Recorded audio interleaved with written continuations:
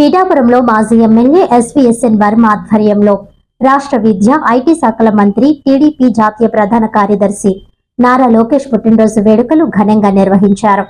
Pithapuram Telugu Desam party కార్యాలయం నుంచి Uppada bus stand centre వరకు తెలుగు తమ్ముళ్లు పాదయాత్ర నిర్వహించారు. ఈ సందర్భంగా వర్మ మాట్లాడుతూ పార్టీ కోసం, పార్టీ కార్యకర్తల అభివృద్ధి కోసం అహర్నిశలు శ్రమించే ఏకైక నాయకుడు నారా లోకేష్ అని తెలిపారు.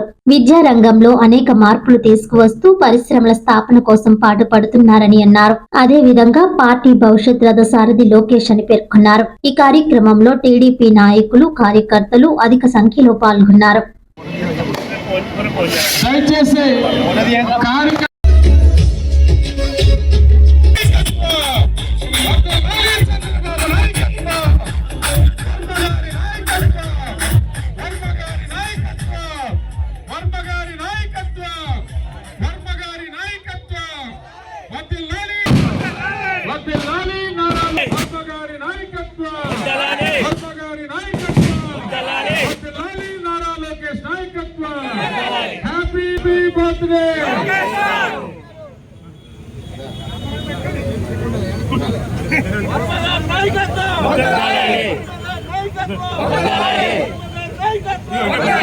లోకేష్ గారి నాయకత్వం.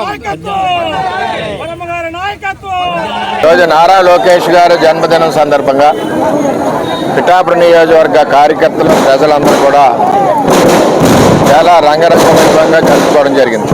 ఈరోజు భవిష్యత్ రాష్ట్ర రథసారథి యువ నాయకుడు నారా లోకేష్ గారు యువగలం పాదయాత్రతో తెలుగుదేశం పార్టీని నిలబెట్టి ఈ రాష్ట్రంలో అధికారంలోకి తీసుకురావడానికి ముఖ్య కారకుడైన నారా లోకేష్ గారికి ఈరోజు పిఠాపురం నియోజకవర్గ ప్రజలందరం కూడా జన్మదిన శుభాకాంక్షలు తెలియజేస్తున్నాం. కూటమి ప్రభుత్వంలో మరి ఈ రాష్ట్రంలో ఐటీ శాఖ మంత్రిగా నారా లోకేష్ గారు 10 లక్షల కోట్ల పెట్టుబడితో ఈ రాష్ట్రాన్ని పరుగులు పెట్టిస్తున్న నాయకుడు. ఏ పార్టీల్లో అయినా ఎవరు ముఖ్యమంత్రి కావాలన్నా ఆ పార్టీ యొక్క ఇష్టం. అదేవిధంగా ముఖ్యమంత్రి కావాలనుకున్నప్పుడు దానికి కావలసిన అర్హతలు, దానికి కావలసిన కష్టం, ఇవన్నీ అర్హతలు ఉండాలి. ముఖ్యమంత్రులు నిర్ణయించేది పార్టీలు నిర్ణయిస్తాయి తప్పితే మేము నిర్ణయించేది కాదు.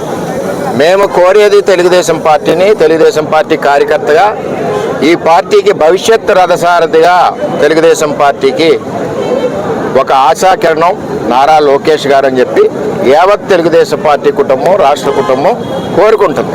ఆయన పడిన కష్టం 2019, 2024లో పార్టీ కోసం యువగలం పాదయాత్రలో పడిన కష్టం 3000 కిలోమీటర్లు.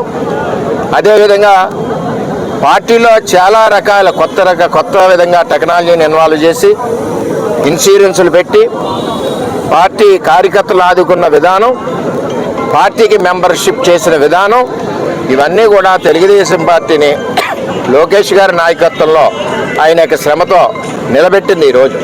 అంచేత అటువంటి లోకేష్ గారి నాయకత్వం భవిష్యత్తు తెలుగుదేశం పార్టీ రథసారథిగా చంద్రబాబు నాయుడు గారి కనుసన్నల్లో ముందుకి తెలుగుదేశం పార్టీని తీసుకెళ్తారని చెప్పి మేము ఆశిస్తూ ఉన్నాం. ముఖ్యమంత్రులు నిర్ణయించే స్థాయిలో అవి మావి కాదు.